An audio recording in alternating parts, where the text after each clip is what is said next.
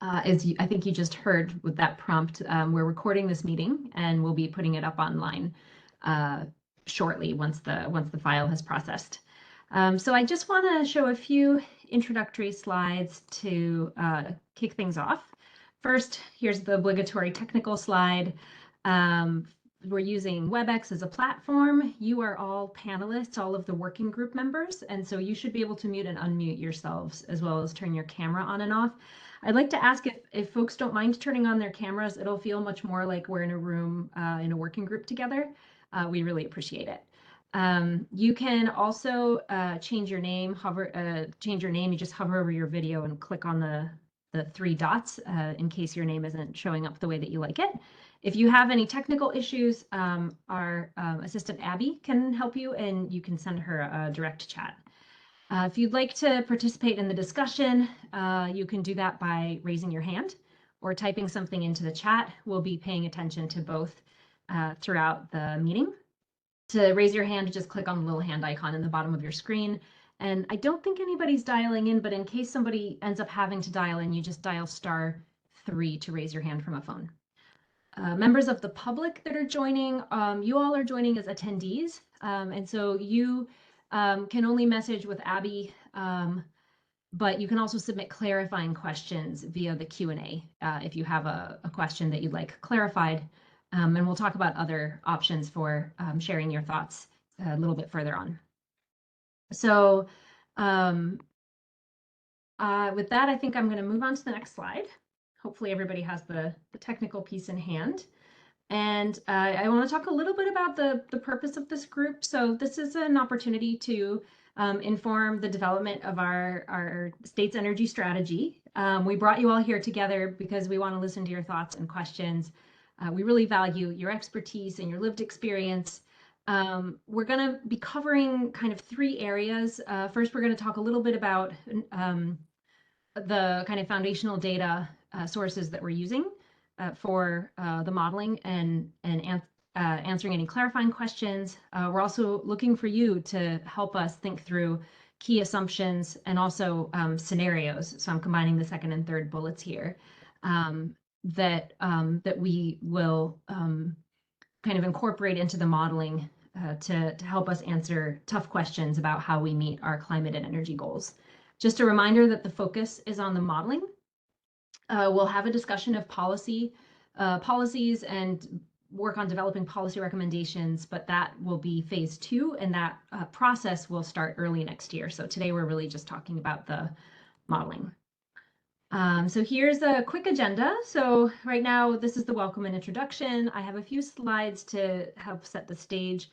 I'll then pass it to Jeremy Hargreaves from Evolved Energy Research, who is our consultant as part of the consortium with the Clean Energy Transitions Institute, and he will walk us through kind of how the power system is being modeled and what the approach is to different parts of the power system. And then we're going to jump into a discussion. And we have 2 hours total start to finish, so hopefully that leaves us time to have a pretty robust discussion here. This is who we have here today. Hopefully, I'm not doing a cross check here. One of my colleagues will be doing that. So we're really lucky, really fortunate to have such a knowledgeable group of folks in the room. And this is a little bit different than the roster that you may have seen in an agenda that we sent around earlier. We've been updating it as we've gotten some confirmations over the past few days. So I'm going to hand the mic over to Jeremy for a moment to introduce himself and the SETI team. Jeremy. Thanks, Edith. Hi, everyone. I'm Jeremy Hargreaves. I'm a principal at Evolved Energy Research and leading up the technical modeling work for the project. It's a project that's being led by the Clean Energy Transition Institute, Eileen and Ruby, and Eileen is on the call. And we have other members of the technical modeling team on the call as well today. Elaine Hart from Momentum Energy Insights, and Angela Long from Rockcrest Consulting. And others on the team are not here today, but are helping us do the work. Thanks, Jeremy. And you'll hear more from Jeremy shortly. So I also just, by way of introductions, I wanted to encourage everyone to share your name and who you're representing in the chat. Geographic location you represent and a fun highlight from your weekend. So we can all, even though we're remote, get to know each other a little bit. And I see at least one or maybe two people from the last meeting. So you can repeat what you said in the last meeting on land use, or you can share something new. So, and just in the chat.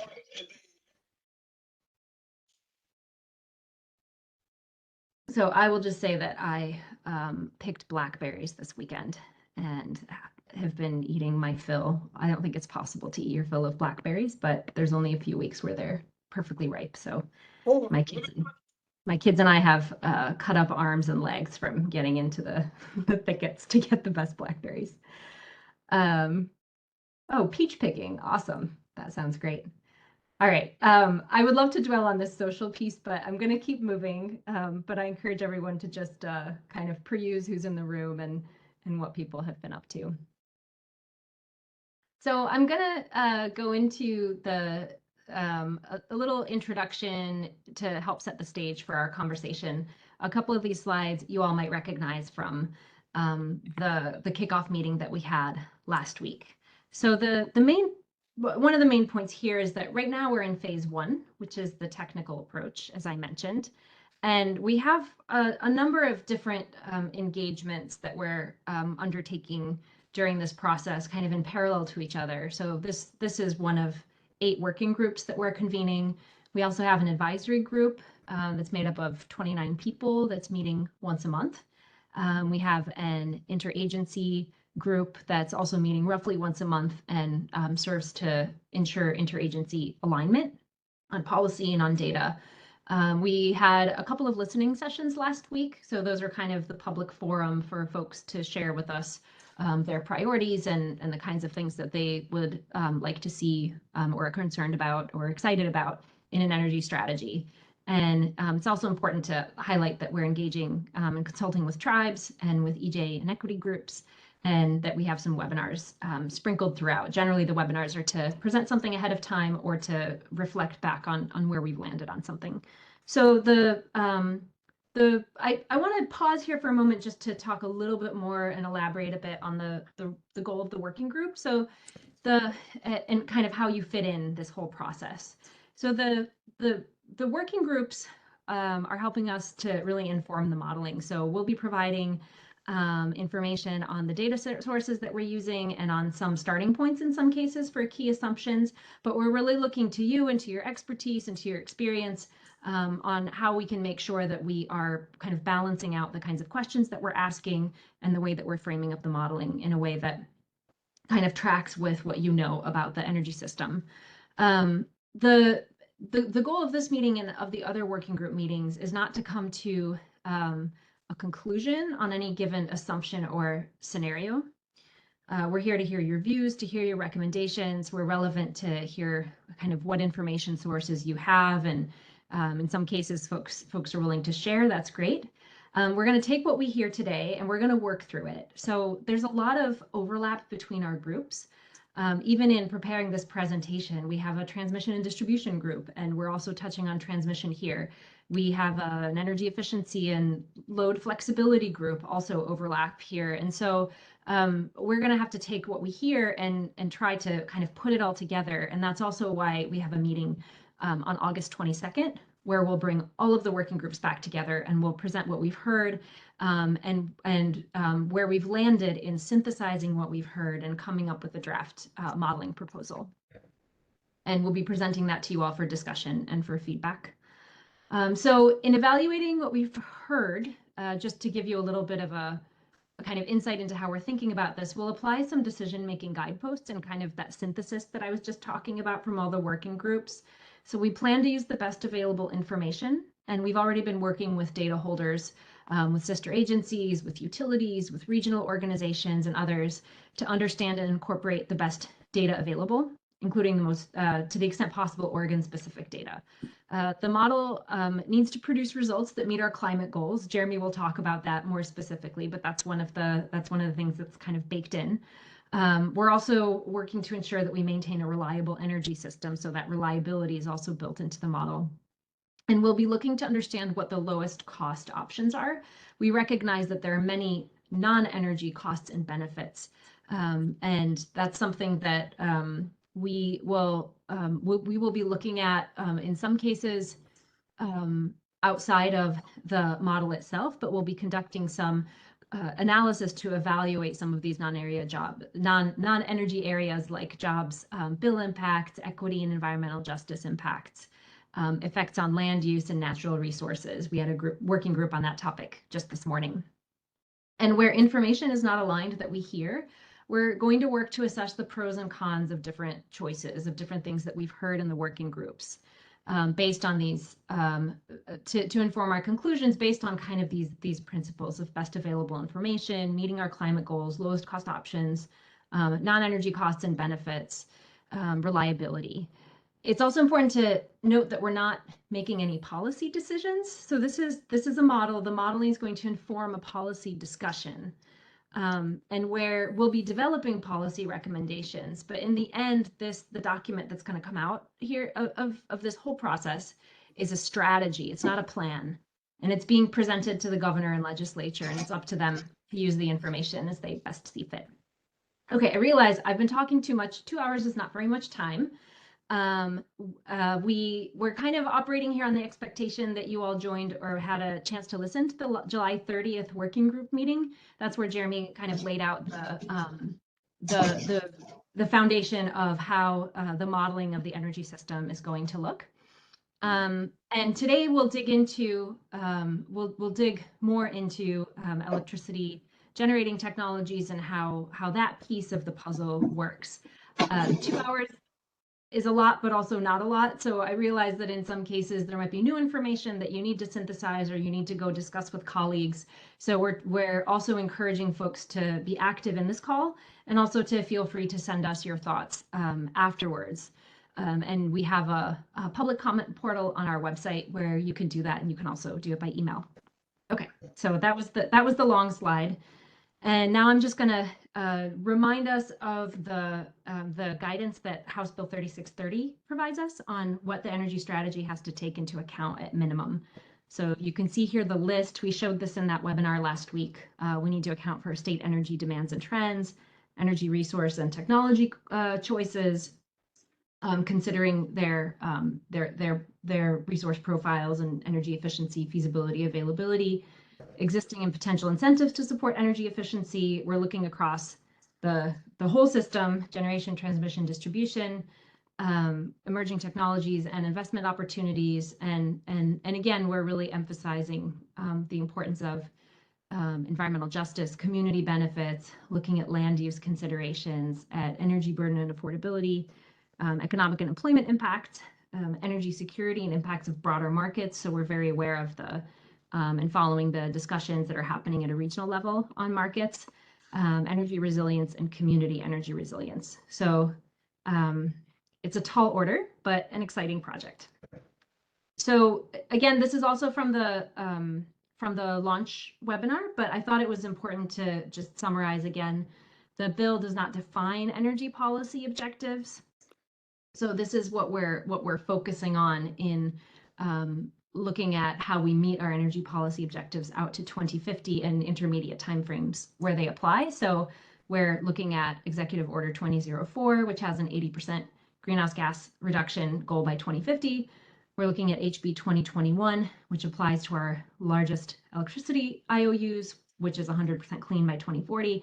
And we're looking at the Climate Protection Program with the 90% by 2050 greenhouse gas reduction target, and are following that process that DEQ is leading. And finally, and I would say kind of like last but not least in a way, that there are a lot of really important policies that are driving and shaping the compliance pathways to meet these broader overarching targets. And those are really, really important. So the Clean Fuels Program, Advanced Clean Cars 2, Advanced Clean Trucks, building codes, various appliance standards. There are a lot of policies that shape kind of the how we undertake and achieve this energy transition. quick summary of the modeling approach. This is the highest level, I would say. You might recognize this slide also from last week. It's a graphic depiction of our approach to the modeling. So in the middle, there's a reference scenario, and the reference is essentially a combination of reasonable assumptions that achieve compliance with our climate and energy objectives out to 2050. And those assumptions, again, are part of what we'll be discussing today. And then we have 5 alternative scenarios to test what might happen if things work out differently than in the reference. We know there are a lot of uncertainties, and there's this opportunity to test those uncertainties and understand what happens. I'll pause here that neither the reference nor the alternative scenarios are meant to forecast the future. Instead, they're meant to lay out some of the ways we might meet our energy goals. So what I now call the secret sauce is in what we learn between the reference and the alternative scenarios. So when we change something between the reference and an alternative scenario, everything else is maintained kind of as it was in the reference. And so you can see then what changes. So for example, if in one scenario we have a lot of transmission build out and in another transmission expansion is constrained, what we learn is not how much transmission we need or how much we're going to get, because nobody knows that. But what we learn is what more or less transmission means for overall cost, for what's built inside and outside of Oregon, what kinds of resources are built, and those conclusions then help us understand the implications of different pathways and of different potential futures. So with that, I'm going to hand it over to Jeremy and let him run us through how he is approaching the electricity system modeling. Jeremy, floor is yours. Great, thanks, Edith. So I'm going to give a brief recap on what we talked about in the kickoff, an overview of what the modeling looks like, and then I'll go into some of the features of the electricity sector modeling. It's still going to be a pretty high level introduction to it, just given the time that we have. And so if people have questions that want to dig a little deeper, then please let us know and we can address those. So as a recap of where we left off with the previous presentation, we're starting with this model of Oregon's economy, this bottom-up representation of all of the energy consuming technologies across Oregon and all of the different subsectors, and then thinking about how those technology stocks might evolve over time. And the principal way that we do that is through assumptions about sales share. And so, for example, when a customer is going to replace their vehicle and they go to the dealership, are they buying a new electric vehicle or are they buying a internal combustion engine vehicle? So we have a lot of assumptions going into the model as inputs about how customers might behave over time. And that's the result of policy, of incentives. And this builds a picture between now and 2050 on what types of energy customers are consuming, as well as the timing of that consumption, which is particularly important for the electricity sector. And so hourly shapes that have weather impacting them are filtering through from this model of the demand side into that second bucket, that an aggregate need of energy in Oregon of all types. So liquid fuels, gaseous fuels, and electricity. And the electricity load is going to be the result of the changing ways in which Oregon consumes energy, electrification over time, potentially other forecasted loads coming into Oregon.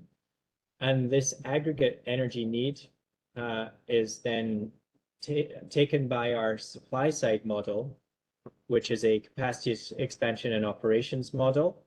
And that's looking at how do we supply energy reliably and at least cost. And this is constrained by our clean energy goals. It's constrained by our emissions target.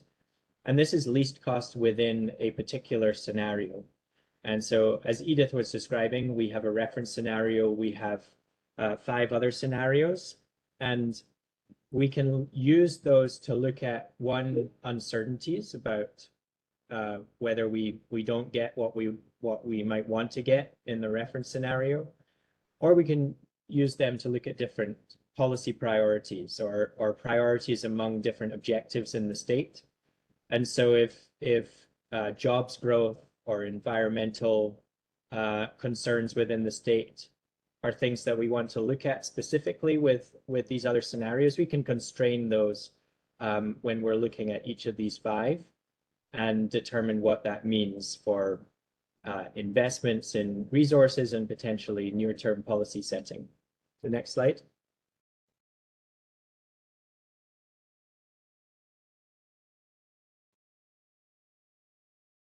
So we take that modeling approach I just described and we nest that in the data needs. So the modeling approach is that middle bar there. We have the best available data going in. This is the underpinning data to the models.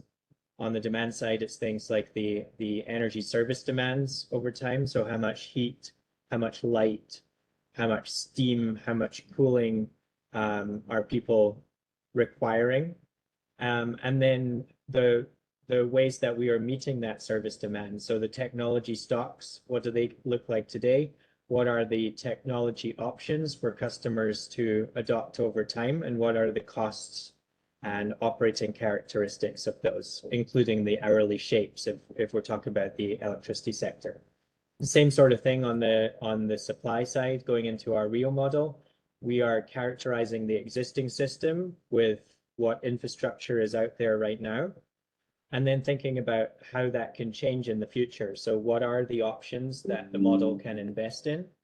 And this is building out supply chains for all types of energy. So it's building out the electricity sector, it's building out fuels production supply chains to meet the energy needs in every part of the economy.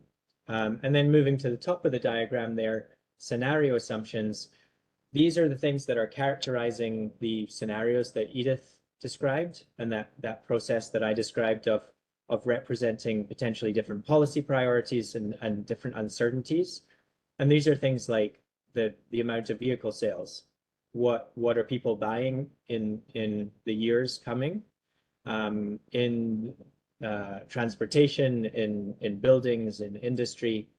We're looking at the impact of policies like IRA that would drive different customer adoption. And then the supply side assumptions, these are things that are characterizing what resources are available to us in the future. So how hard is it to site and permit new renewables, new transmission, and those types of assumptions. And those are defining what our scenarios look like, as well as the emissions targets, the clean energy targets. Next slide. So a note on forecasting versus this term backcasting. This is a kind of a paradigm that's useful to understand in this long-term modeling to kind of frame the way that we are thinking about future decisions. And so forecasting in this context, we would describe as projecting changes forward in time based on expected customer behavior right now. So the way that we've seen customers behaving already, the way that incentives might drive change in customer adoption, the way new technologies, we could forecast them changing things. So it's like looking at the results of current policy and the evolution from where we are in our current system. Backcasting is looking at the end goal. So if we want to achieve emissions goals in the future, clean electricity goals, then we start at that end point. That's where we want to end up, and then work backwards from that to infer what kind of customer adoption we'd like to see, what kind of investments in the electricity sector we would like to see. And so this is looking at how do we place ourselves on the best path towards those future goals. And so it goes beyond present policy and present levels of customer adoption and thinks about what would we like to see in the future. And the gap between present policy and that action in the future is one that we could think about filling in setting future policy in the state. And the chart at the bottom there on the right-hand side is indicating the sort of imperative for policy impacting different types of infrastructure investment. So we think about appliances in buildings. They may have a 10-year lifetime, and we would have 2 or 3 bites of the apple to replace those appliances. So if a customer is going to the store today to replace an air conditioning unit, then they probably have to replace that 2 or 3 times more before 2050 comes around. If we're talking about central AC or furnaces, then maybe the lifetime is a little bit longer. There's perhaps fewer opportunities, vehicles even less so. And then once we're talking about things like boilers in industry, power plants, if we're investing in one of these types of technology today, then they're probably going to be there in the 2040s or even 2050 when we're hitting the 80% target. And so investments in this type of infrastructure, we need to make sure that they are serving a useful purpose in a changing future. So it's valuable today, but it's still a valuable piece of a portfolio in the future as well. Next slide. So I made the points here already, so we can skip this slide.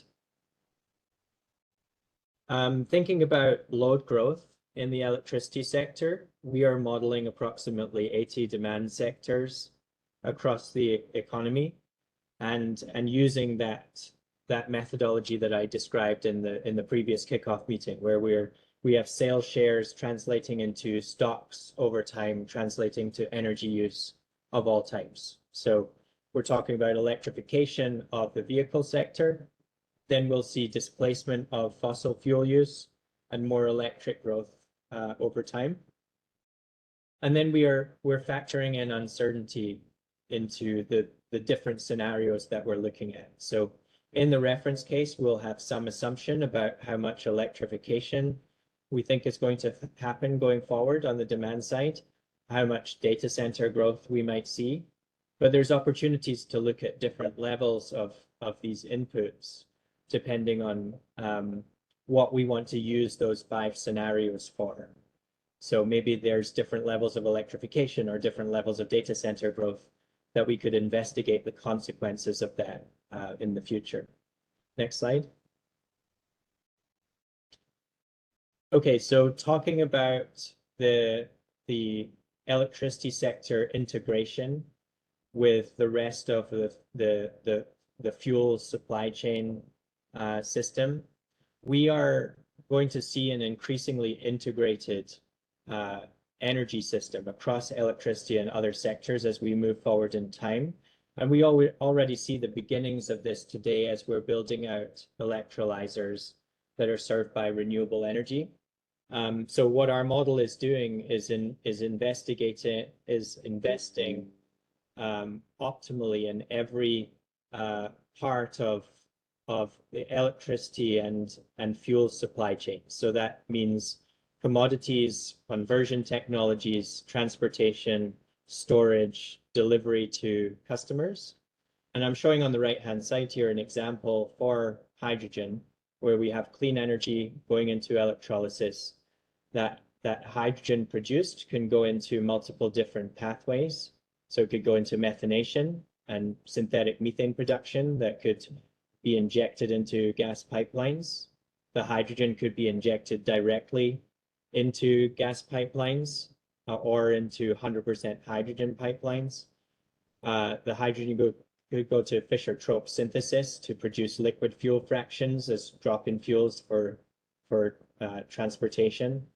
Or it could go into Haber-Bosch process to produce ammonia. The ammonia could displace current ammonia consumption for things like fertilizer, but it could also go into maritime transportation fuels. And this affords us new opportunities in the electric sector, because rather than having to balance the electric sector with only electricity resources, we now have these large flexible loads developing over time that can contribute also to flexibility and to longer scale flexibility. So electrolysis is a relatively cheap technology relative to the overall cost of hydrogen. You know, most of the cost there is from the energy that is required to produce hydrogen. And so overbuilding electrolyzers is one way of getting more flexibility in the system. So when you have a lot of renewable energy available, you could produce a lot of hydrogen. And when you don't have renewable energy available, you could back it off. So that affords opportunities on short-term balancing timescale as well as potentially seasonal balancing opportunities. Next slide. We are modeling a large model geography. We have a state level representation across the West. We're modeling North California, South California, and we're splitting Oregon into two zones. So we'll have an eastern zone and a western zone, and this is capturing the competition for resources outside of Oregon. So as other states are also transitioning to clean electricity, to emissions reduction goals, Oregon can't just cherry pick the best resources from around the West. It's in competition with these other states. And so we are recognizing Oregon as one part of a much larger electricity network. It's part of national fuels networks, and we're representing it as such. So we get realistic solutions on the types of investments needed. Next slide. We are modeling potential expansion of interstate transmission, and the data set that we have to represent this is from the Nature Conservancy Power Place West study, where we worked with transmission engineers and other modeling teams to develop a representation of the pathways between states. And this included identification of the current corridors, the opportunities to reconductor those corridors, the opportunities to expand those corridors and co-locate lines, and the opportunities for greenfield transmission development. And all of those have costs associated with them and additional megawatts of capacity associated with them. The costs for Power Place West transmission expansion are quite high relative to previous data sets. They are much higher, for example, than the NREL REITs costs, which, you know, the limited set of transmission projects that we've seen completed recently have overshot their projected costs and have been much higher than what we've seen in the NREL data set. And so I think it's conservative and reasonable to be using this higher cost data set for transmission expansion. Next slide.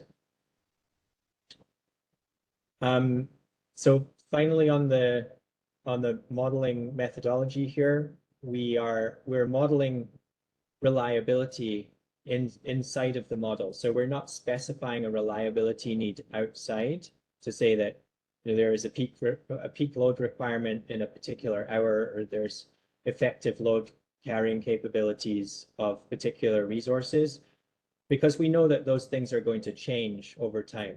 As we see electrification happening on the system, it's going to change when the peak loads happen. The effective load carrying capability of different resources is going to change with the load, with the additional resources, renewable resources added. And the other factor here is that increasingly, as we go into a high renewable future, it is not going to be a capacity limitation, but an energy limitation to be able to maintain a reliable system. And so we're making sure that we're representing the capability of energy limited resources to contribute reliability. So that includes different storage technologies. It includes systems that include fuel storage and hydro system. Next slide. And just to end here, a note on the hydro system modeling. So we are representing the hydro system as a zone by zone aggregate hydro resource. And we're characterizing that using historical generation data. So currently in our model, this is characterized by looking back over many years of WECC hydro production data and then aggregating that by zone. And we're constraining that one by the daily energy budget. So we have to meet a particular daily energy budget when we're modeling out into the future. And we're also constraining the ramping capability to the maximum 1 hour and the maximum 6 hour ramps from the historical data set so that we can somewhat get at river section flow constraints. We're incorporating a low, medium, and high hydro year and their relative frequency in the historical record. So the low hydro year is probably going to be characterizing our capacity need on the rest of the system, but representing the other years gives us a better estimation of what the operations of the system will look like, as well as the overall costs. And we've been in discussions with the Northwest Power Council recently on updating this representation to incorporate their hydro modeling, which looks to be compatible with the way that we are representing it. And so this will hopefully give us the capability of including some climate impacts going forward and changing operations of the hydro system. So I will leave it there and open up for any questions that people have.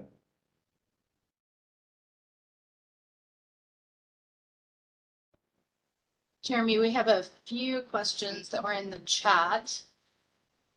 And I can flag the first one from David Bantoff.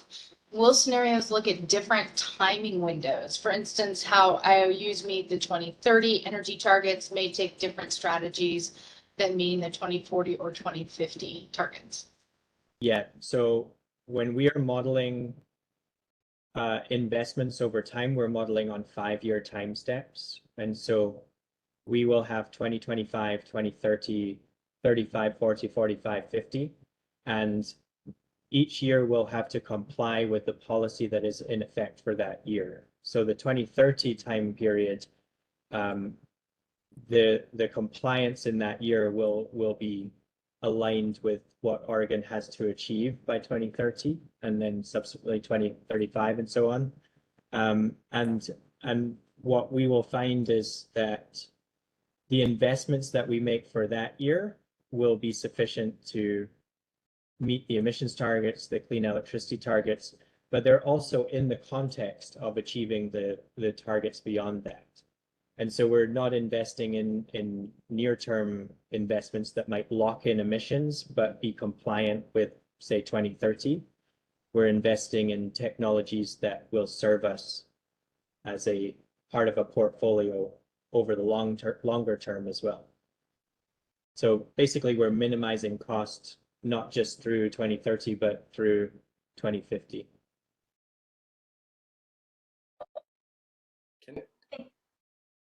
Can we do follow-up or no? Yeah, I was Yeah. gonna ask David, do you have a follow-up? Well, I'm just trying to understand that answer. Because at least the way I think of it is you may need to do whatever the strategy is, certain investments to stay on the 2030 targets, that from, if you're only looking at it from a longer term, like the 2040, 2050 window, might not be the least cost investment strategy, but to achieve those targets, it becomes least cost because it's the only way you can get there by 2030. It's just an example if that were to be the case. But it sounded like you were saying, Jeremy, that you would not select those short-term strategies that don't have synergy with long-term strategy least cost choices.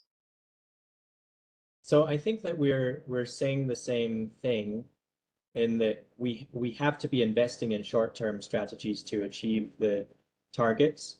But for example, if in the long term we were investing in technology that complied with 2030 but significantly drove costs up in the future relative to some alternative investment, then we wouldn't do that. We're minimizing cost across the entire time period. So it's the sum of the discounted cost over the entire time period that we're minimizing for. And so it is making sure that we are compliant in the near term, but that we are on a pathway that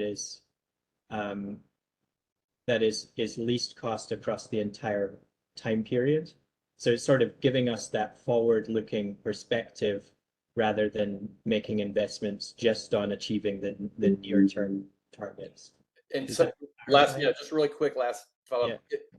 If, and I may be missing what part of what you're saying, but is it possible then that you would say, well, to achieve the 2030 targets, you'd have to do X, but that would not be least cost longer term. So so we wouldn't select that route. We'd select the more cost efficient longer term route, and the cost would be we would not achieve the targets for 2030. No, we would always achieve the targets. Okay, so it's just as long as you just try to maximize the benefit of the longer term synergies with whatever those choices are. Exactly, but we have to be compliant in every year with the policy. Thank you, David and Jeremy. So I see there's another question. I'm just running through the chat here from Shannon Sosa, who says she's curious about the projected new generation driven by clean fuels noted in the Net Zero Northwest model, and noted that in the Net Zero Northwest model there was very little biofuel inclusion, and why that is so. Also wondering to what extent aerospace and maritime are included in the overall clean fuels demand. So there's two questions there, one on biofuels and one on aerospace and maritime. So everything is included in the fuels demand. So we're meeting the fuels demand across the whole economy. There are different qualifying restrictions under CPP as to which of these fuels need to be decarbonized, and so that is one factor that would be impacting where decarbonized fuels get used. The biofuels question, so that is one that I think we will see some changes from the previous Net Zero Northwest study, just because our latest modeling includes alcohol to X, which is, very recently become a viable commercialized technology, and we see the first plants going in this year. But that gives us a route now for corn ethanol production that previously we didn't see. So there's vast quantities of corn ethanol that are being blended into gasoline right now. And in our previous work, that tended to just be retired over time, because there wasn't an alternative route for that to be used. But now that corn ethanol can go into alcohol to X and be converted into other liquid fuel fractions, and it can decarbonize pieces of the economy that it couldn't before. So rather than retire corn production, we now see this transition happening into alcohol to X. So that's one reason why we would probably see a little bit more biofuels happening. The other factor in studies prior to IRA, we always saw a lot of biofuels in our results, and that was because they were cheaper than hydrogen-derived alternatives. But the IRA through 2032 it really favors hydrogen production over the use of new biomass sources, and so that's driving a larger hydrogen and hydrogen-derived fuels economy than what we would see without the 45V and 45Q tax credits. Could I have a quick follow-up there? Yes. I would encourage you to look at the IRA, specifically the IRS's interpretation of that with respect to the Northwest hydroelectric system. Also to corn ethanol, that's wonderful, but what we do here is timber basket and a lot of wildfire lighter fuel. We also have a lot of other ag waste products that the IRA does promote. And we see that the Forest Service and United States Department of Energy are also leaning in heavily. So I would encourage you to kind of rethink that for our region, and would be happy to offline on that. Sure. Yeah, we can look into that. I think one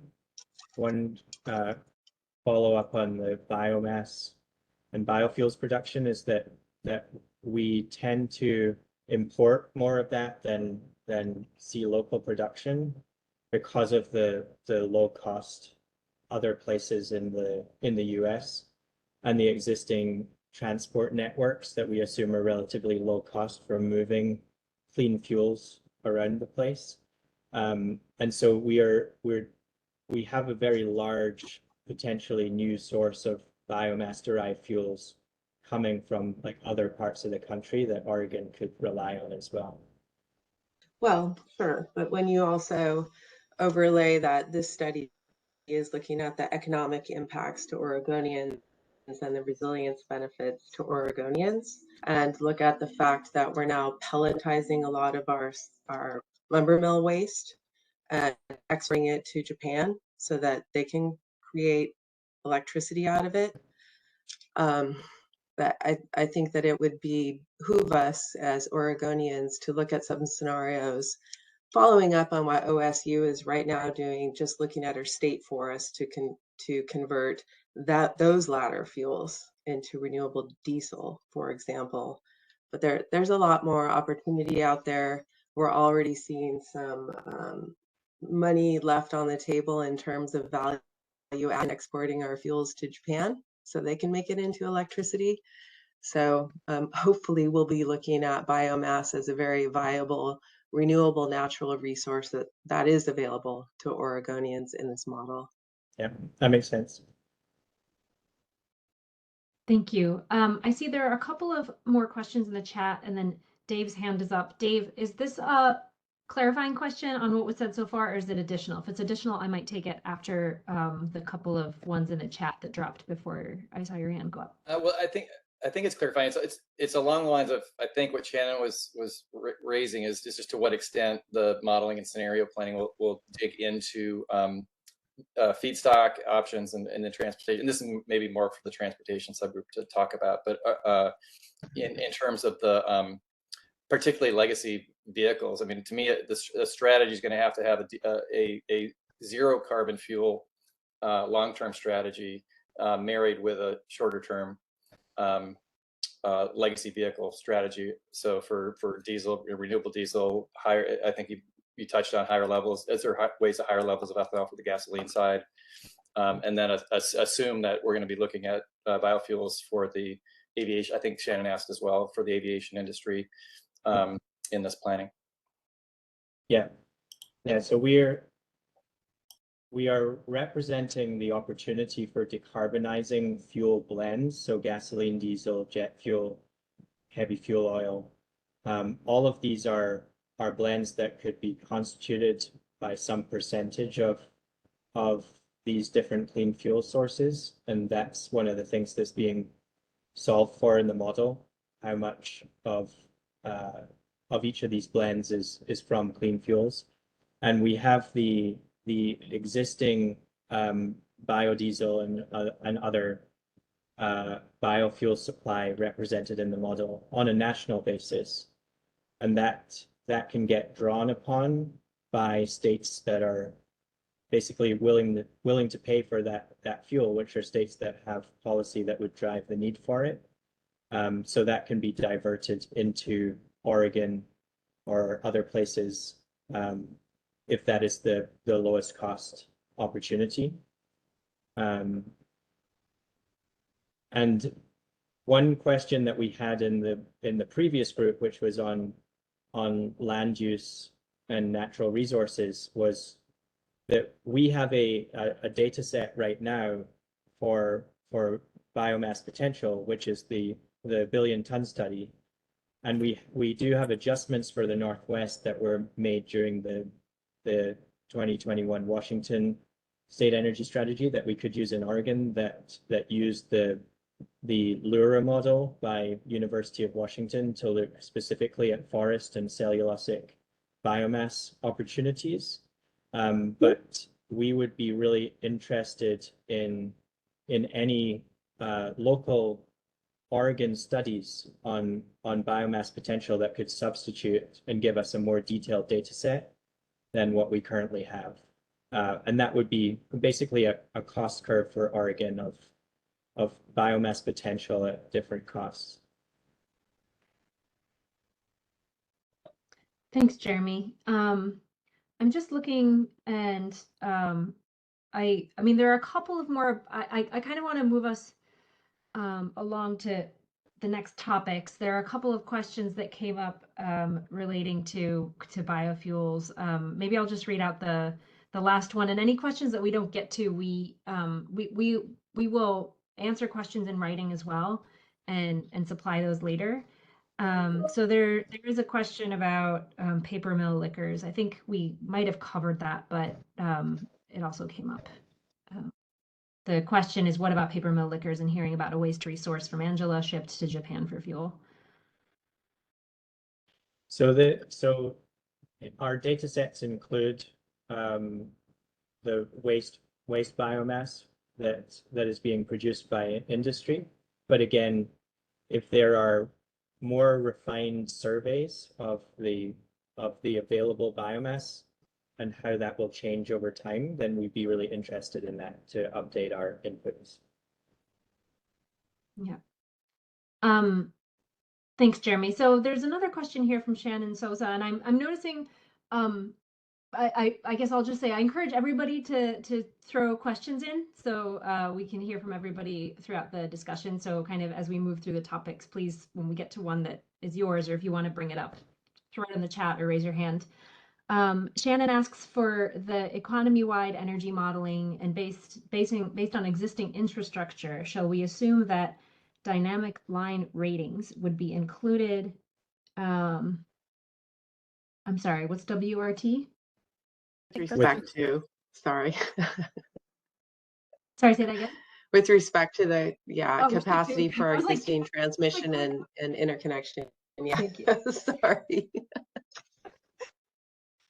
God, I'm not up on my normal acronym. So shall we assume the dynamic line rating would be included with respect to the capacity of our existing transmission and distribution infrastructure?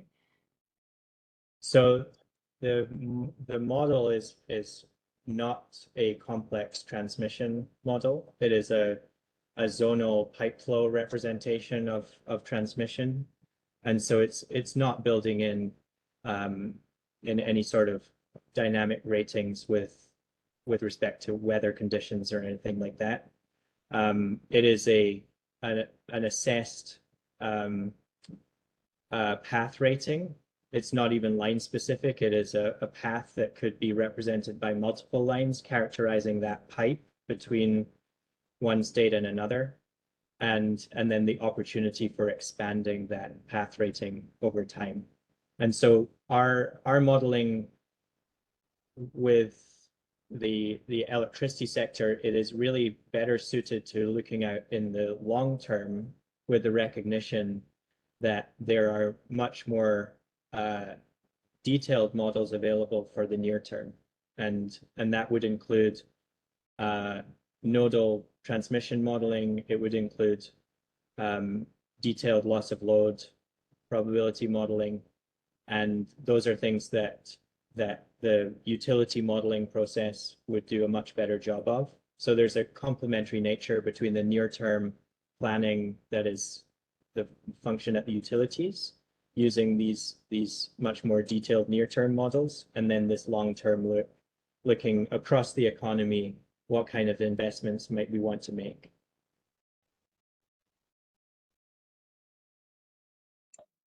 Okay, thank you. That's helpful and also troubling, but.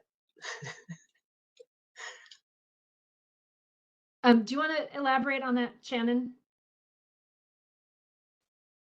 Yeah, I serve on the board for OSEA and also for Ocean, and we've been very active in the PUC space, and we have serious concerns about the modeling that is provided by the utilities. It is very black box, and while we appreciate that it may be more nuanced, it's not transparent.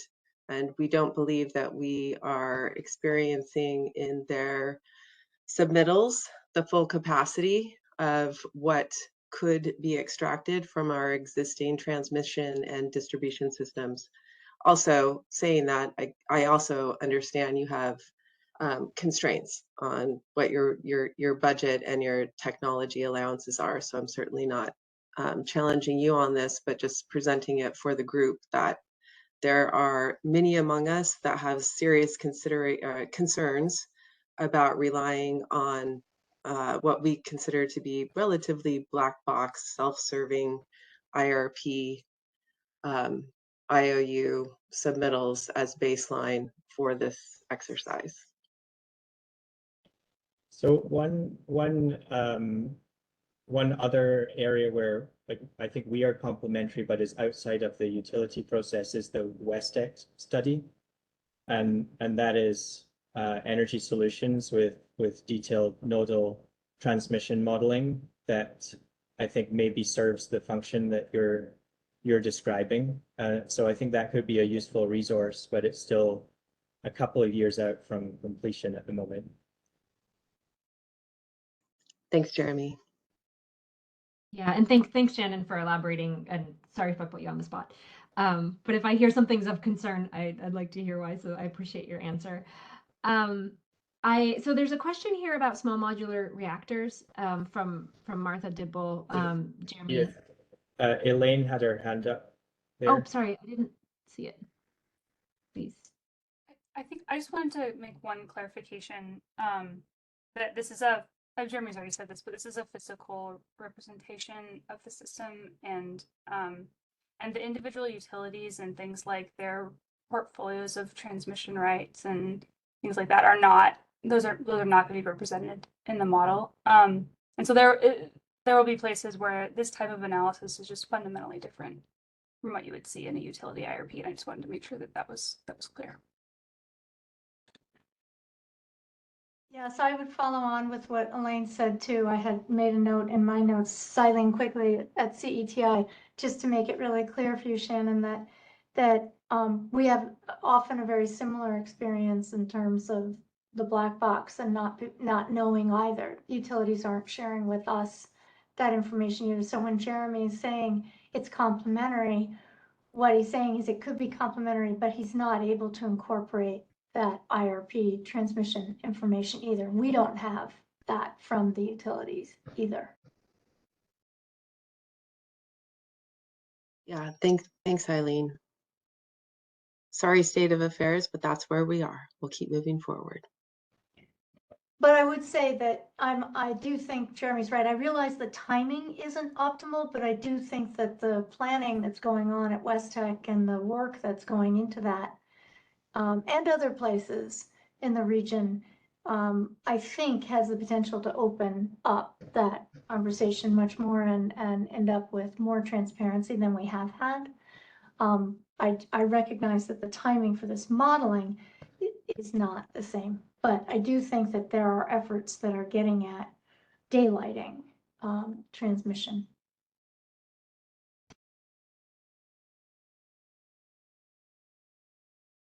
Thanks, Eileen and Elaine. So the question from Martha Dibble is, I see there's no nuclear SMRs, small modular reactors can provide extra amounts of electricity for data centers, industry, and communities, eliminating the need for transmission. SMRs or transmission reduction seems like that's a viable discussion point. Yeah, so we're permitting the build of nuclear, so the model can invest in nuclear economically, and SMR is one of the options there. Can also invest in fourth generation nuclear, and the difference being from a physical perspective, other than cost, is that from fourth generation nuclear we can get high temperature heat from the reactor, whereas the SMR is lower temperature. So SMR is basically a electricity only resource where we're building an SMR reactor and a steam turbine. The fourth generation nuclear, we can build the reactor and a steam turbine, but we can also direct that heat into industrial processes. So it could go into high temperature direct air capture or electrolysis. So you could conceivably see use cases where that nuclear is used for power early on, and then it transitions into using more of that thermal heat for production of hydrogen or capture of carbon in future years.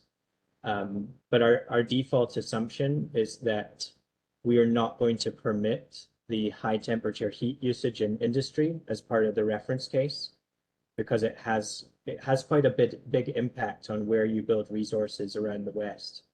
And it's not a currently proven technology, or at least it's not a technology that we see on the grid today. And I might just add that our kind of point of entry for discussing the reference case is that we would not cite nuclear in Oregon to kind of in alignment with state policy. So that would be kind of the WEC-wide footprint wherever it's allowed to be cited.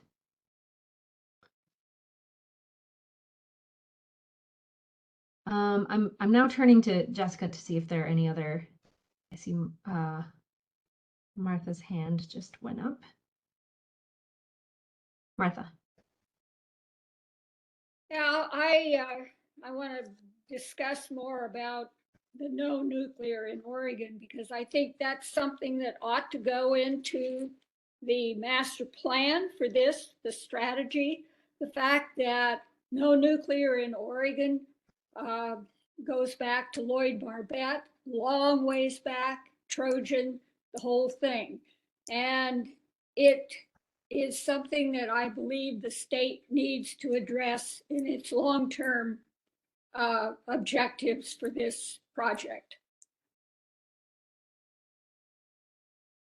Thanks for that comment. And I think that there is the option, and I see here Robert Westerman saying, I mean, we could discuss a scenario we have 5 scenarios, and it's a limited number of scenarios. And so I think that there's a discussion on what we choose to test out in them. But this is something that could be considered for one of those scenarios. I think, Jeremy, it might be helpful to just, I don't think you had a list of this, but to maybe name off some of because there's this kind of bucket of emerging technologies that come up farther down the road, and it might just be worth speaking to that for a moment, if you don't mind me asking you a bit off the cuff, because there's, and just how the model kind of addresses them. Mm-hmm. Yeah, I think it'll be hard for me to remember a comprehensive list, but there's a principle kind of underpinning the technologies that are included in our model, where we don't want to be modeling anything that is just in the early stages of pilot testing, or definitely nothing that is at the lab scale. Just because we want it to be a technology that is commercially viable and has some kind of forecast on what it's going to cost, or a realistic forecast on what it's going to cost.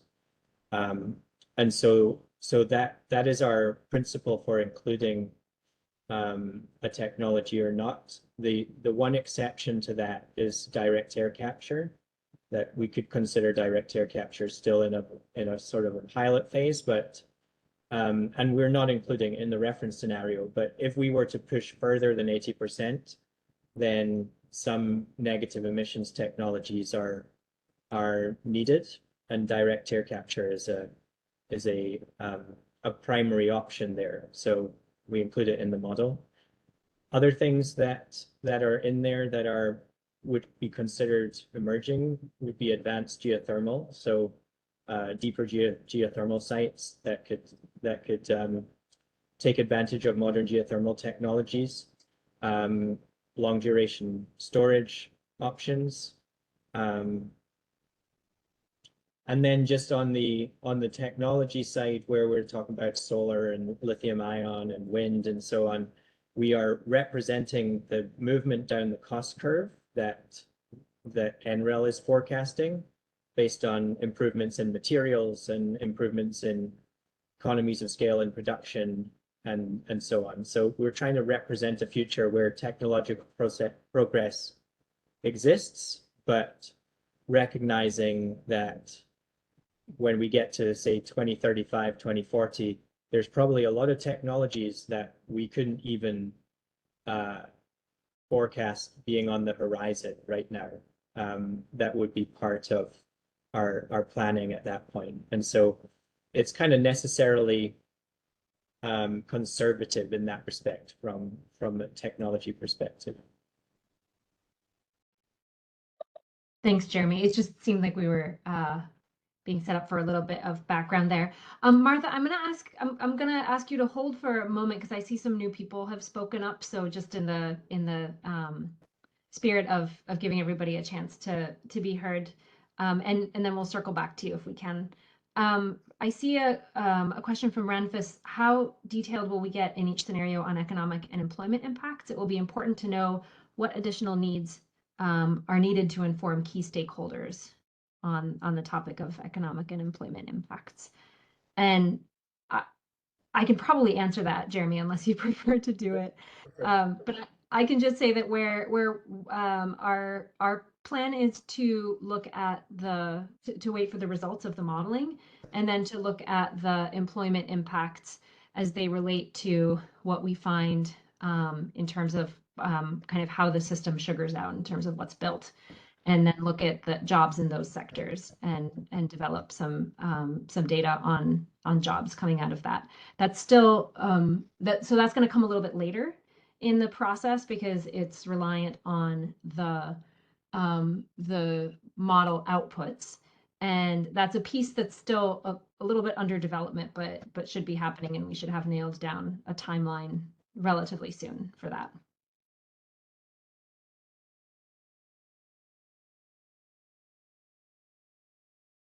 And then I see a question from Shannon Sosa wondering to what extent that high-level view of transmission and distribution captures how much of our generation is lost through transmission. So maybe, Jeremy, you can speak to line losses a little bit. Yep. Yeah, so the transmission representation is explicit in zone-to-zone transmission, and the losses associated with that transmission are represented. Then within the zone, then we have a high-level representation of the bulk system transmission and the distribution. And each one of those, they have costs associated with expanding that. So if our loads are growing and we are delivering more, then we have historical costs per additional megawatt hour representing the sort of generic growth. We're not representing the network itself, but just this high level cost representation.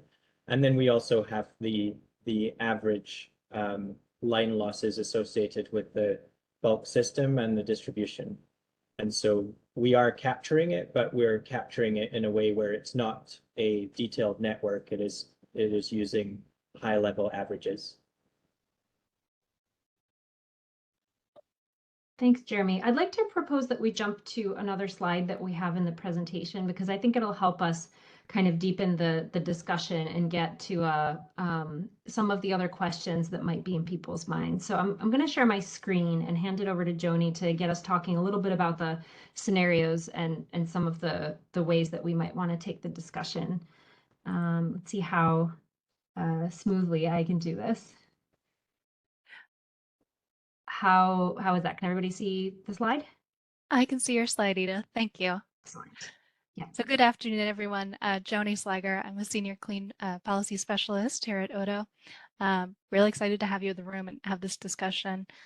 Before we jump into the substance, I just wanted to pause here. We've got a little less than an hour left, but I do want to reassure everyone we are accepting written comments, and we do know that you might have later ideas as you reflect on today's discussion, or may have thoughts you're not necessarily comfortable raising in this forum, or other things. So if you don't speak today because you're not comfortable, or just don't have a chance due to the time, just be aware we will be taking written comment, and we'll circle back on that at the very end with kind of more on the process there, but just to guide that.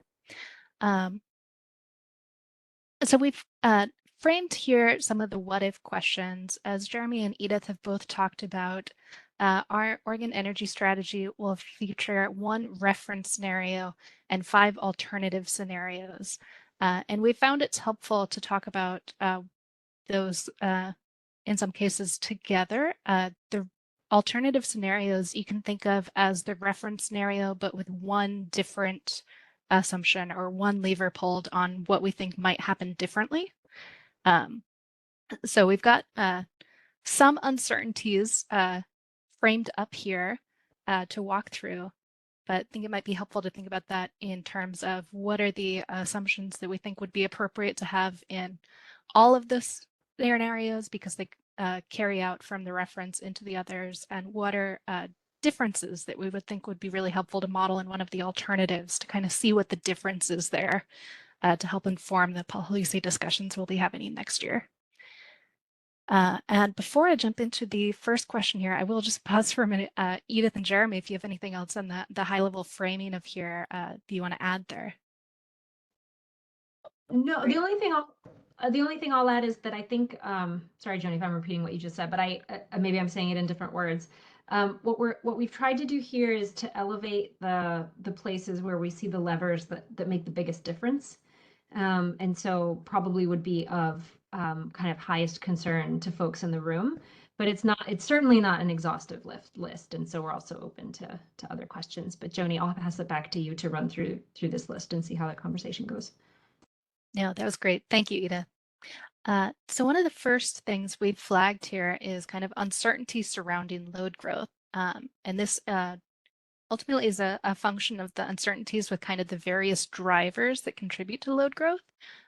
So looking for input both on drivers that we might consider to be a switch from something that we see currently, but might be using a fuel other than electricity, electrification, where we're see that shift over time, but it can also include completely new loads that are locating here due to market forces, excuse me, that wouldn't necessarily be part of the energy system today, but we might expect to see more of in the years to come. So that is something you could imagine, like new data centers being located in the West.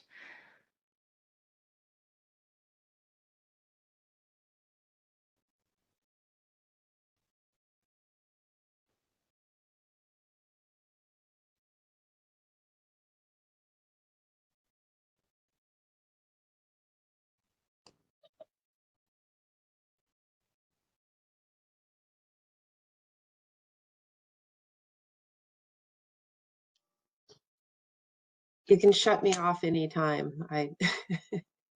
There is an intermodal port that's projected and planned for Coos Bay that is looking at securing funding for that, which would greatly expand the maritime fueling and shoreside servicing energy and clean fuels needs for the coast, which is currently energy islanded.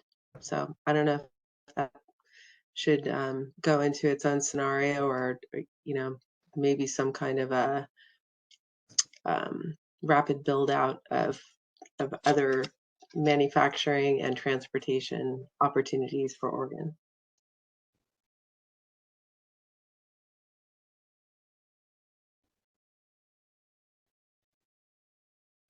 Thanks, Shannon.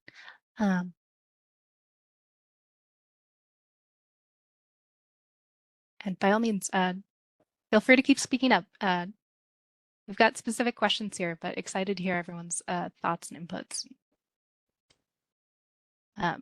Maybe I'll move to the next question here, just really underscore this point of kind of something that might be helpful to model. Our reference scenario, we're going to be trying to look at what we think is a realistic and reasonable amount of load growth based on what we know today. And we know we're not going to get everything perfectly right, but one of the alternatives might ask kind of what if load growth is higher or lower than expected. So don't want to be limiting to some of the drivers I mentioned, but welcome thoughts on that.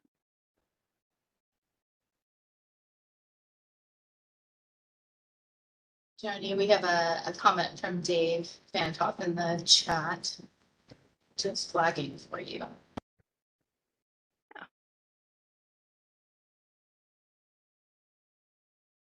Yes, thank you, Dave. So I think we have a couple people on the phone, so I'll just read it out. I think Dave says, I think load growth, what and where, along with transmission constraints, where new lines for siting and greater efficiency of the system, combined with storage needs, are the two largest uncertainties. And then we also have Tim Hemstreet speaking, data centers is the major driver of load growth we anticipate. And I don't know if it would be helpful to flag, we're seeing those uncertainties in regions. We're seeing those uncertainties in utility IRPs, in the power plan that Northwest Power Conservation Council is working on. But in the face of that uncertainty, for purposes of this Oregon energy strategy that we're hoping will be kind of reiterative, kind of trying to figure out what the right basis is to say that for this, what our assumptions will be. I don't know, Jeremy or Edith, you have more to add on that.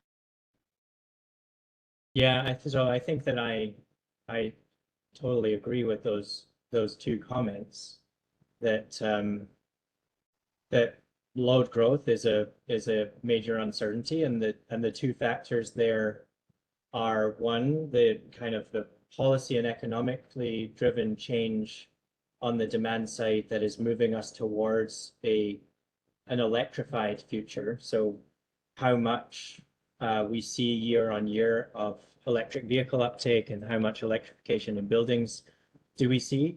And that would be probably the largest driver of load growth in the long term. But in the near term, we're still kind of at the beginning of that transition, and the data center growth seems to be the larger factor there, and pretty significant in many forecasts. So we talked to the Northwest Power and Conservation Council about what they're assuming in their forecasts, and they've got data from different utilities on what they're predicting in that area. And so we, as a starting point, are thinking that we would rely on what the Power Council is forecasting to happen over time in the reference scenario. But the error bars around that are very large, because knowing when and how much of this new type of load growth is coming is a really challenging question. I don't think that anybody really knows the answer to that, and the consequences could be pretty large. And so that is one area where, if we were to run a what if question looking at this, then that would, those two factors on load growth would be potential areas that we'd want to incorporate into that question. And then Dave's other comment there on the transmission constraints, citing new lines.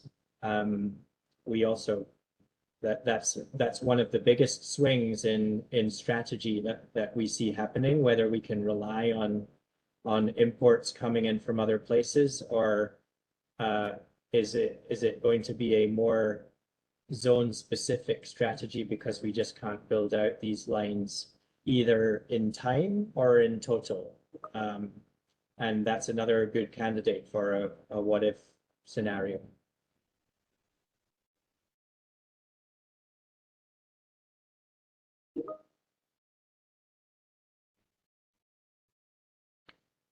Thanks, Jeremy. And maybe I can, sorry, Joni, I'll just jump in to say that electrification is certainly a topic that we're thinking about quite a bit, because it relates to how we meet our clean energy goals. And so that's a topic that has come up in the energy efficiency and load flexibility working group. It will likely come up in the transportation working group too. And so there's kind of this overlap between the different groups. And again, is why kind of on August 22nd, we plan to circle back and share kind of what we heard and where we've landed. And if you don't have something that you want to share now, but that comes up to your mind later, we're also very happy to receive any written information relating to this, since it's it's at least one of those things that's making it's. I mean, it's a big topic. It's very important, particularly the very near term question on data centers is like the energy story that's in the headlines these days, and is top of mind for system planners.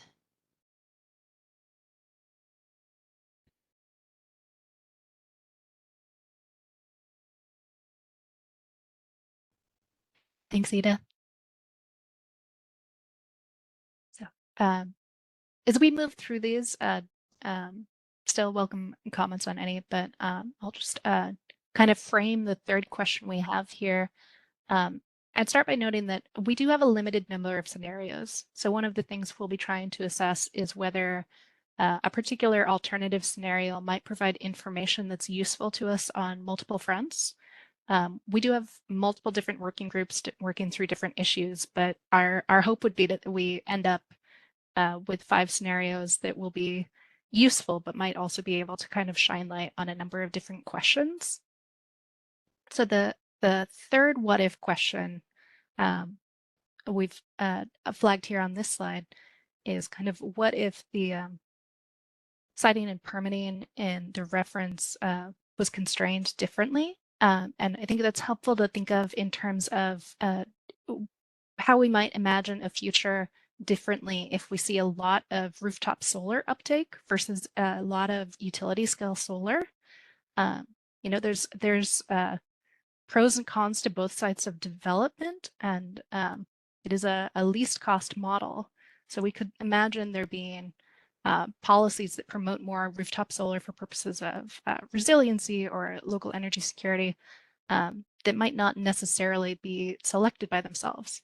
So that's kind of a what if question that cross-cuts across land use and electricity and other issues, but I kind of wonder people's thoughts or reactions on that, or other thoughts spurred by this.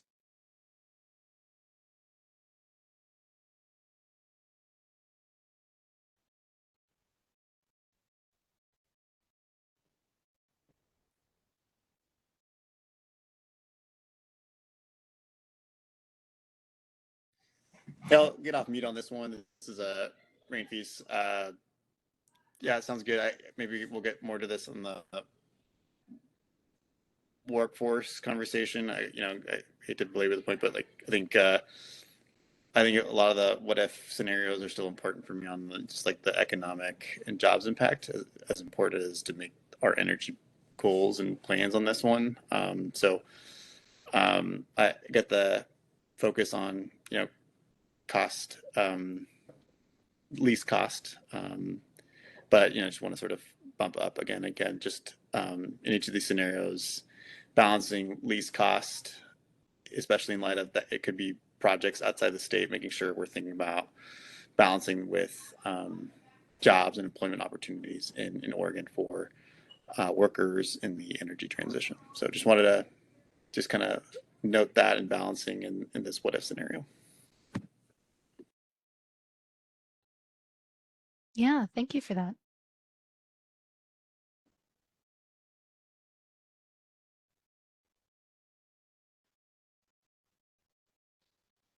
All right. I'm not seeing any other hands raised. I see, I don't know if it's an old hand or a new hand, but I see Shannon's hand up. Shannon, is that a new hand? Me again.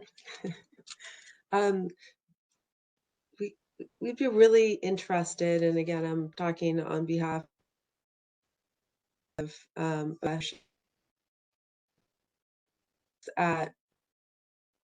this is going back to my dynamic line rating question, that a scenario that looks at extracting the most value that we have out of our existing transmission system, and it kind of gets down to your fourth question here for short term or midterm, 10 years is considered long term, but what's the most that we can do with our existing transmission system, and what are those implications for the energy resilience and energy security of Oregon's communities? I'm just the dynamic line rating. It's very low hanging fruit. In talking to some of the utilities, it's 18 months that can be employed. So that's much shorter than 10 years. And OSEA will definitely be providing this group with just some of from our membership in the solar and storage industry of what these cost points are for a 5 or a 10K or a megawatt, or these different cost points that you're free to just kind of spread across that scenario as possible, but really interested in understanding what is the full potential of our existing transmission and what would those impacts be with respect to strengthening our community energy resilience for Oregonians.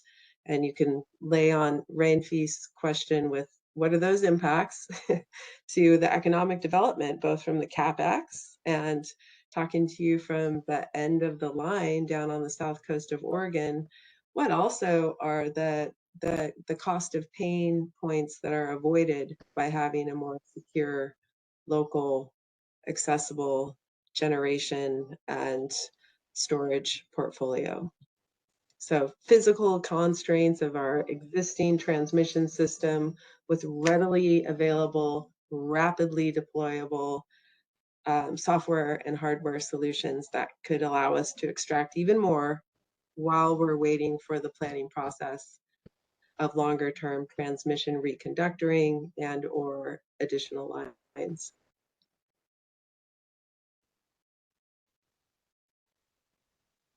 Thanks, Shannon. Sounds great. Jeremy, I'll pause to see if you had any question or follow up on what Shannon shared. But it sounds like Yeah, I Shannon think will look it's- forward to written comments from you. Go ahead, Jeremy. It's a great point, and I think it's one that we're possibly at too high of a level to be incorporating it directly, because it's really about the network and the access to specific areas for renewables in the network. But it does reflect in terms of cost, and so if there are opportunities there that would reduce cost because we're using smart grid solutions on the bulk power system, then that could be reflected in the modeling that we're doing. I just don't know if we have the data that we could fall back on to incorporate that there. But it does seem like that's something that I think with utility planning work could be incorporated as not directly into the modeling that we're doing right now, but as a strategy that would potentially be valuable in the state energy strategy. But I would, if Edith has any thoughts on that, I would pass it to her. I'm sorry, Jeremy. I was literally getting ready to paste a different question to the chat and didn't Okay. a sentence. Very sorry. Yeah, I'm doing a bit of back. So I have nothing to add.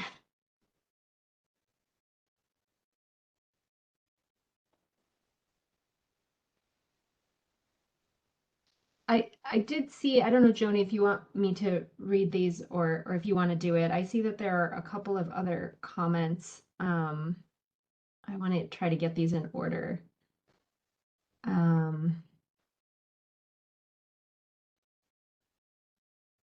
So there's from Tim, there's, I believe, siting and permitting constraints for utility scale projects are likely to become more restrictive as the most readily developed sites move to the rear view mirror and there becomes public fatigue around energy facility siting / development.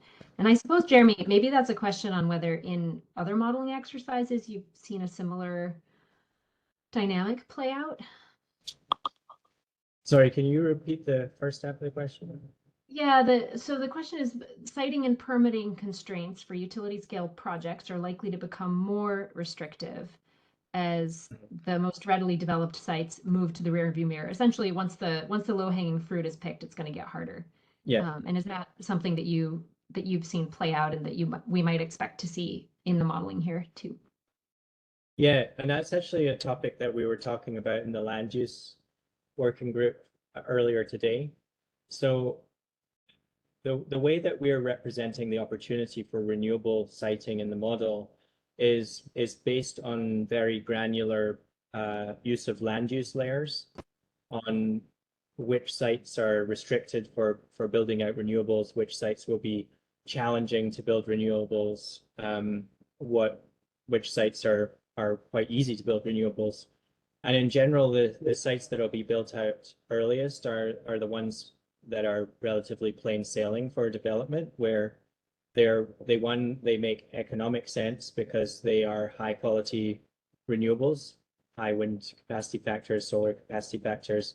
Their costs of interconnection are relatively low because they have proximity to transmission, and that they are on land that can be developed relatively easily without other mitigation needs. And those would be represented in our supply curve of renewable opportunities as low cost resources, because they would be they'd be high capacity factor, their interconnection costs would be relatively low, and they would fall on land that in that intersection of land use layers would have been available for development.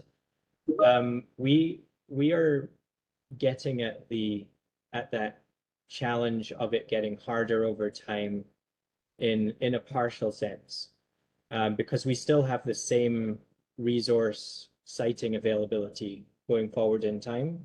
We just are now, because we would build the most economic resources early, then the less economic resources will be available later. And those are the ones that are lower quality and have longer interconnections, so they are more costly to interconnect into the grid. But there's another factor that we're not getting at, which is that that there can be increasing opposition as you're putting more renewables into an area. It may get harder to site renewables on the same kind of land use. So the only way that we can target that is through the assumptions about where we can put renewables in the state, and the idea for that, which we haven't developed the data set yet, but the ARISA tool is a means of layering those different types of land use together and identifying what sites are developable and what sites would be challenging or not developable.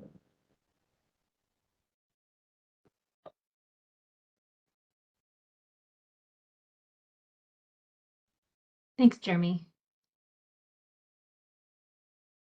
I might jump in, Joni, since you're running the slide, I can jump in with a few questions that I'm seeing coming in from the group. So there's a question that from Martha Dibble that maybe Martha, you can come off mute and just explain, because I'm not entirely sure I understand the question. You say, what is the long-term goal in supporting more PUDs?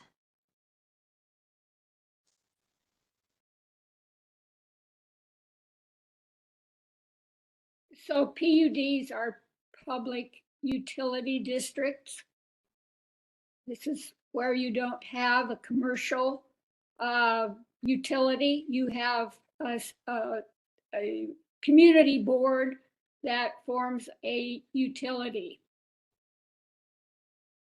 Yeah, so I'm sorry, my question is what you mean by what the long-term goal is in supporting them. Is it supporting them in terms of supporting them where they have resource needs, if there's load growth on the system, in addition to the power they might buy, they might have through bilateral contracts with BPA, or is it a different question? Well, it's more that these should be encouraged, and especially they could be used for small communities. With the increase in retirement communities, you could have, if the retirement community were large, you could have a PUD that would supply a whole retirement community. And this all leads to less transmission, so that you would be having smaller centers of utility use. Okay, thank you for clarifying. And I mean, my quick answer is that I don't know about such a strategy, but I think it's a really interesting comment and one that we can take on board. But it's probably outside of the scope of the modeling that we're doing, and it gets more into the policy discussions that we'll have early next year when we start talking about the how do we get there.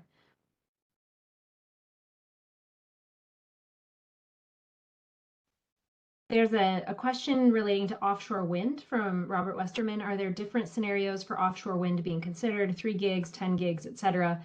Is there a scenario where offshore wind is deployed off the Oregon coast but not interconnected with our grid? So if we're looking back to our most recent Oregon scenarios, which were Net Zero Northwest study last year, then just economically, without any target for achieving offshore wind, we had 1.2 gigawatts of offshore wind developed. But that is a lot lower than we've seen in past studies in Oregon.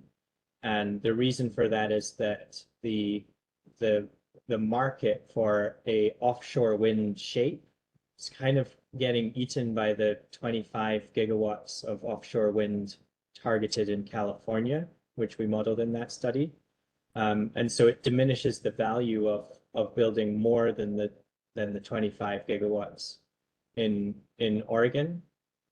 We can also consider targets, and we have modeled scenarios where we included targets for offshore wind as well. So that's an option for a particular scenario. We could also incorporate the second part of that comment, which is that these are not interconnected with the grid. So in our model, we can represent energy parks. So that's one option where it is a energy park that is weakly connected or not connected at all, that is producing clean fuels from that energy. And so it could be a combination of different types of fuels production in that area. That would probably not be economic compared to some other energy park opportunities where you have large amounts of solar and wind in the same location. Or we could represent it as connected south into California. So there's some options there if we wanted to characterize a scenario that was specifically looking at offshore wind. Thanks, Jeremy. We've got more questions and comments in the chat. I'm going to pause for a minute and just kind of flag the 2 remaining questions we have on the slide. Just have a common understanding. We've already started discussing transmission, but we do recognize transmission development as a significant uncertainty that could drive whether a number of different resources can be developed and available to serve Oregon's needs over the coming years. So we have flagged that, kind of really understanding what amount of transmission potential is available, could be used, and what timeframes we think that it might become available in. And then the last question we have here is wondering about what would look differently if we had an alternative scenario that looked at what if Oregon had a policy that was more ambitious than the energy policy objectives we're going to be setting the model to meet right now. So that might look like what if there was an economy-wide greenhouse gas reduction target that was more ambitious than what we're looking at right now. So open floor, welcome discussions and questions on any of those. Just wanted to frame those up before we get too far along here. I believe we've got some comments here on transmission. One that the Boardman to Hemingway transmission line still isn't cited. So if that's an example of kind of the timelines that we should be thinking about, then we're much better off using the current transmission system and small modular reactors, which don't require transmission lines.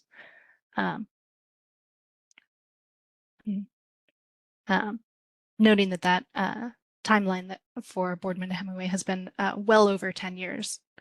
So acknowledge that. I think Jeremy mentioned keeping in mind some of what we are seen with recent line development, but appreciate that comment. And then I also see a comment here from John Garrett. Hello. It's in the chat. Specifically, he's asking how we're treating renewable hydrogen and the different ways of producing it and energy losses associated with them.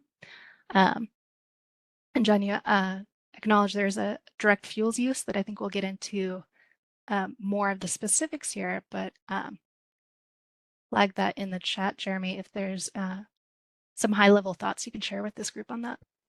Yeah. So the way that we are representing it is that we're building out each of the steps in producing the hydrogen, in storing it, transporting it, converting it, delivering it, and depending on the cost of each one of those steps, then that's driving the size of that market, and two, what is the most cost-effective way to use hydrogen. And it's pretty dependent on the forecast for electrolyzers in the near term, because what we've seen recently is that the electrolyzer forecasts have been more optimistic than electrolyzer pricing that has materialized this year. And so it's actually, forecasted from 2 years ago, 1 year ago, it would have been forecasted to be cheaper, and that has had a dampening effect on the amount of electrolyzer growth that we've seen this year. If forecasts through 2030 are accurate, then we would see 45V being a very effective economic signal for growth of hydrogen production. But it also drives a particular pattern of production because it is a production tax credit.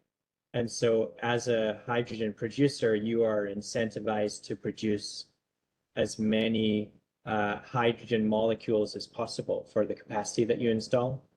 And so operations of an electrolyzer will probably be close to 100% capacity factor through the end of the IRA period, at least. And that shapes the near-term opportunities for hydrogen versus the long-term opportunities for hydrogen, where you're back to a world without IRA, or presumably without IRA incentives for new hydrogen production after that. So we're including forecasts following down cost curves on electrolyzers, on conversion processes, so Fischer-Tropsch and Haber-Bosch, and methanation processes. That you mentioned storage specifically, and storage is really expensive. And so for the most part, storage is minimized in our model. We don't build very much of it because it is so expensive. And so that lends itself to more direct use cases for hydrogen, where it's being sent to a conversion process and turned into a liquid fuel, for example. And then liquid fuels are much cheaper to store. And so we tend to be trying to avoid large-scale storage of hydrogen. The exceptions to that, which we don't see in Oregon, are storage in underground natural formations, which we see in certain places in Utah, for example. But that is about the extent of the large-scale hydrogen storage that we get in our modeling.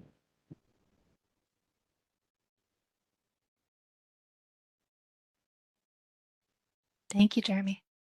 Thank you, Jeremy. That was more or less just what I was looking for. So thank you. Great. Great. Happy to hear it, John. I think next question I see in the chat, asking if there's discussion to set a more ambitious goal. It seems to be an open question as to whether or not we can meet our current goals. What if Oregon doesn't meet our goals? Clarify, as Jeremy explained earlier, the model will always be looking to what is necessary to achieve the energy policy objectives across the board. and it will be showing cost optimization for that happening. There are different policies, different ways we could set the alternatives to help show us kind of what the differentials are if the same strategy that would be good for our current emissions target would also be the same least cost to meet a different target. Is one way I've been thinking about that. But Edith, I would welcome you if you have further reactions to that. Yeah, thanks, Joni. I think that, the question is really whether folks see this as a good opportunity to see how it's different, how kind of what the difference is between a reference to meet our current energy goals and what more might be needed or what differently might be needed if we were to have a higher goal. Washington State has set a 95% greenhouse gas emissions reduction goal, which is higher than what we have right now. There's a federal goal of net zero. And so they're kind of floating around, have been floated in Oregon too. The Oregon Climate Action Commission has suggested a 95% goal, kind of based on the research and the science. And so that leads us to ask this question of the group. It doesn't answer the question of how hard it's going to be to meet our current goals. It's really more of a question of whether we want to take this opportunity to understand if something more ambitious were to come in, what would that be? What might that look like? And how might that be different?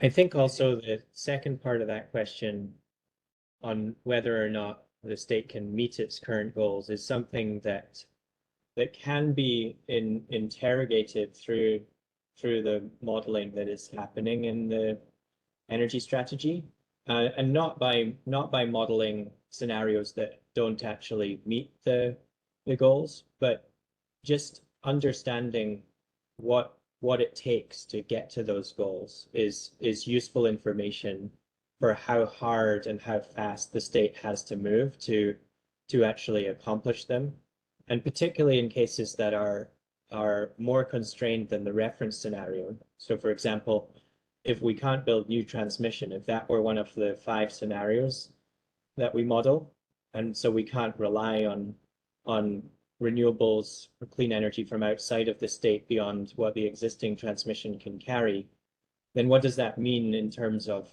locating resources inside of Oregon? And it's likely to be a fast trajectory of build out for in-state resources that will be in compliance with meeting the goals, but we can also ask the question, how hard is that to accomplish? What must happen in Oregon for that rate of build to occur? And so that those questions about feasibility can be interrogated through looking at those types of results.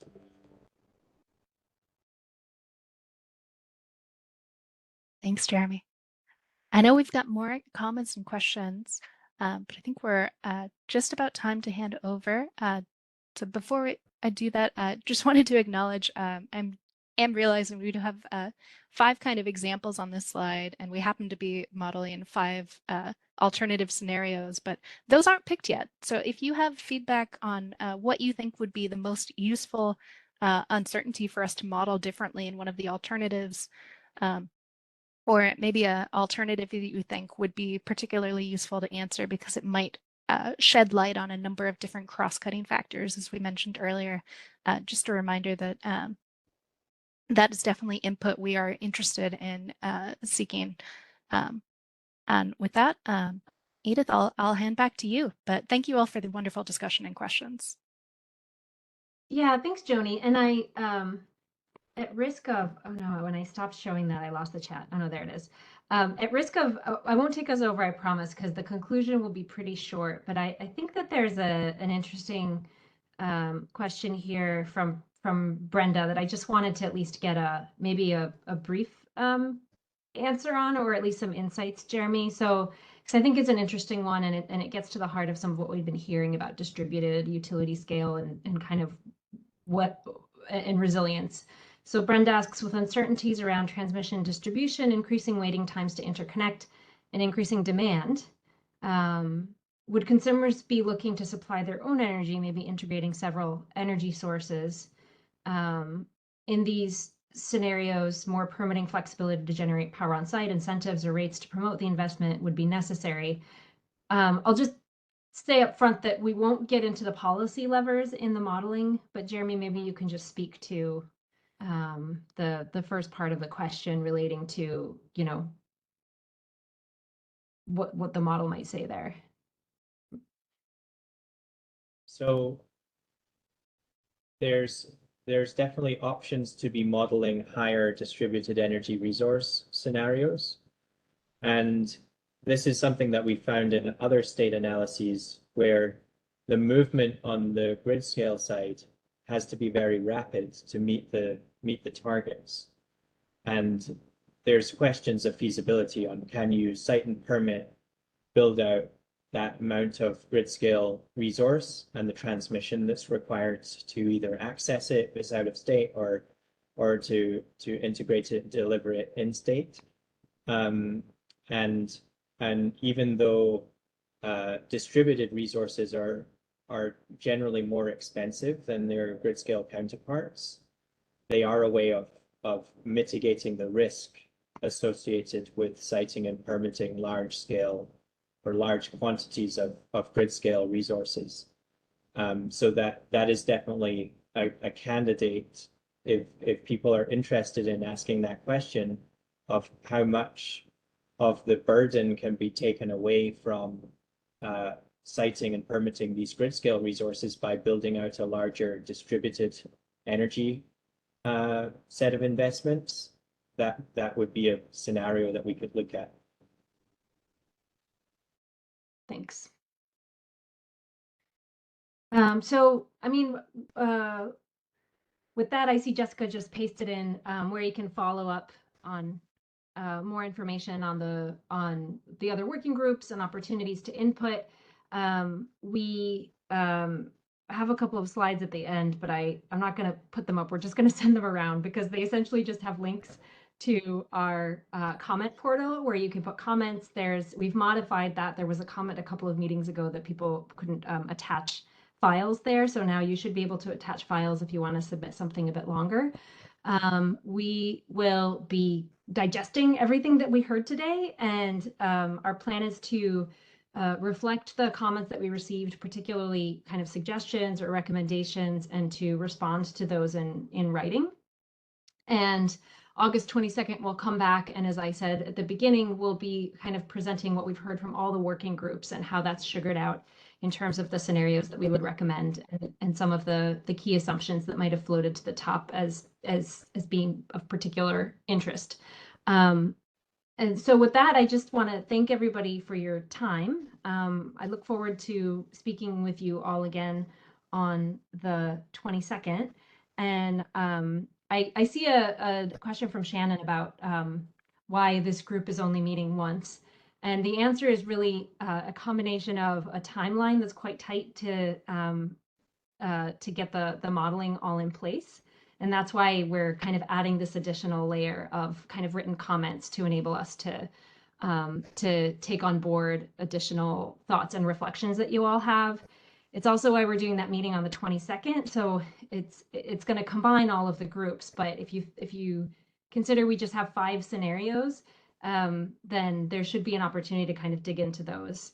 But that's my quick answer to that. But we're very happy to have more back and forth with folks to dig into areas. Particularly, I think that there were some interesting areas here that came up, kind of starting with the discussion earlier around biofuels. And I think to the extent that folks have data that they want to share with us, that's very welcome to make sure that we're taking into account kind of the latest and greatest information that's coming in from around the state and the region.